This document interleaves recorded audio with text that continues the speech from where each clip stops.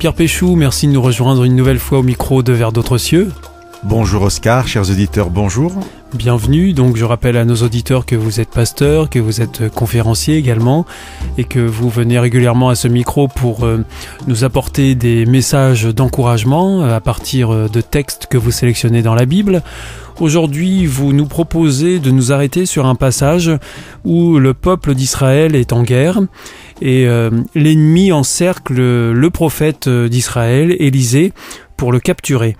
Et lorsque le serviteur de ce même prophète découvre au petit matin cet encerclement, eh bien il s'écrie « Comment ferons-nous » Et ça, on le retrouve au 2e livre des rois, au chapitre 6.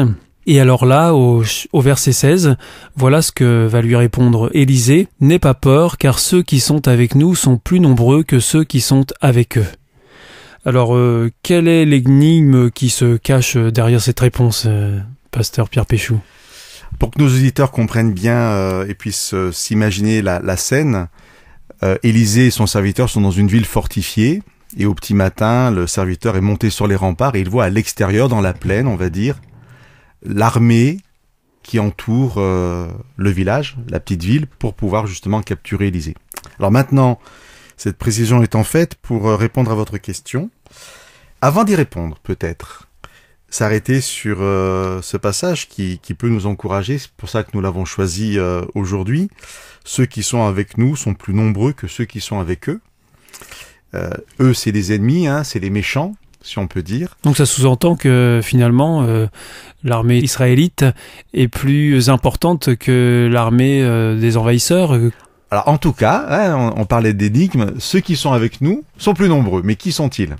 En fait, on va voir tout de suite que c'est pas vraiment une armée au service du roi, enfin une armée de soldats, comme on pourrait l'imaginer. Je reste juste un peu sur ceux qui sont avec nous sont plus nombreux que ceux qui sont avec eux. Peut-être qu'on le comprend mieux, plus simplement, ceux qui sont avec nous sont plus nombreux que ceux qui sont contre nous. Donc c'est quand même déjà assez rassurant. Une question de nombre. Une question de nombre, mais allez. Arrêtons le suspense. Et quand Élisée a dit ça à son serviteur, ensuite il adresse une prière à Dieu. Et il dit à Dieu, ouvre-lui les yeux. Et à ce moment-là, le serviteur voit quelque chose qui jusqu'à maintenant était invisible aux yeux du serviteur. Il voit la montagne pleine de chevaux et de chars de feu tout autour d'Élisée. Alors pour ceux qui ne seraient pas très habitués au langage biblique, c'est une vision d'ange en fait. Ce qu'on appelle parfois dans la Bible l'armée céleste. Voilà, des chars de feu, des chevaux et des chars de feu.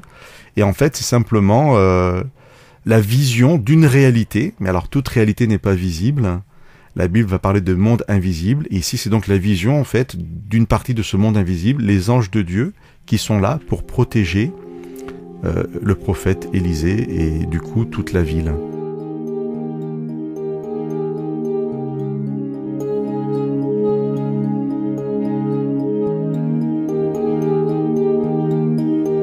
Pierre Péchou, vous êtes en train de nous dire que la notion de l'ange gardien n'est pas un mythe.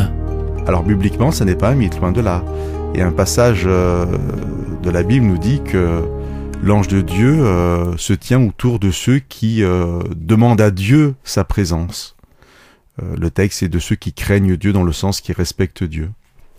Alors voilà, et vous disiez tout à l'heure que c'est une question de nombre, et en fait on dépasse même cette question de nombre, parce que tel que le conçoit la Bible, Dieu est tout-puissant.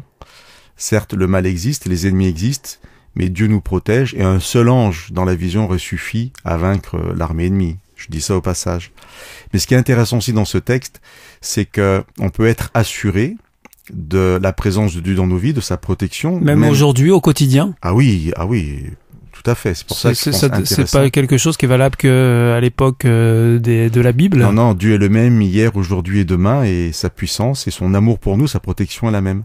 Mais vous voyez, ce qui est intéressant, Oscar, c'est que cette puissance va permettre donc de vaincre cette armée qui voulait capturer le prophète.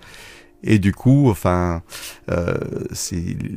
les soldats se retrouvent prisonniers, les soldats ennemis se retrouvent prisonniers. Et là, le roi d'Israël se tourne vers Élisée, lui demande qu'est-ce qu'on fait, est-ce qu'on les tue maintenant? Et là, c'est très intéressant de voir que la puissance que Dieu met à notre service n'est pas faite pour le mal, pour rendre le mal qui voulait nous être fait, mais cette puissance, elle est faite pour bénir. Et Élisée va dire au roi, non, tu leur donnes à manger et à boire et tu les renvoies chez eux. Et en fait, le roi va organiser un festin pour eux. Ces hommes vont manger, boire. Et le texte finit en disant, ils ne remirent plus les pieds en Israël.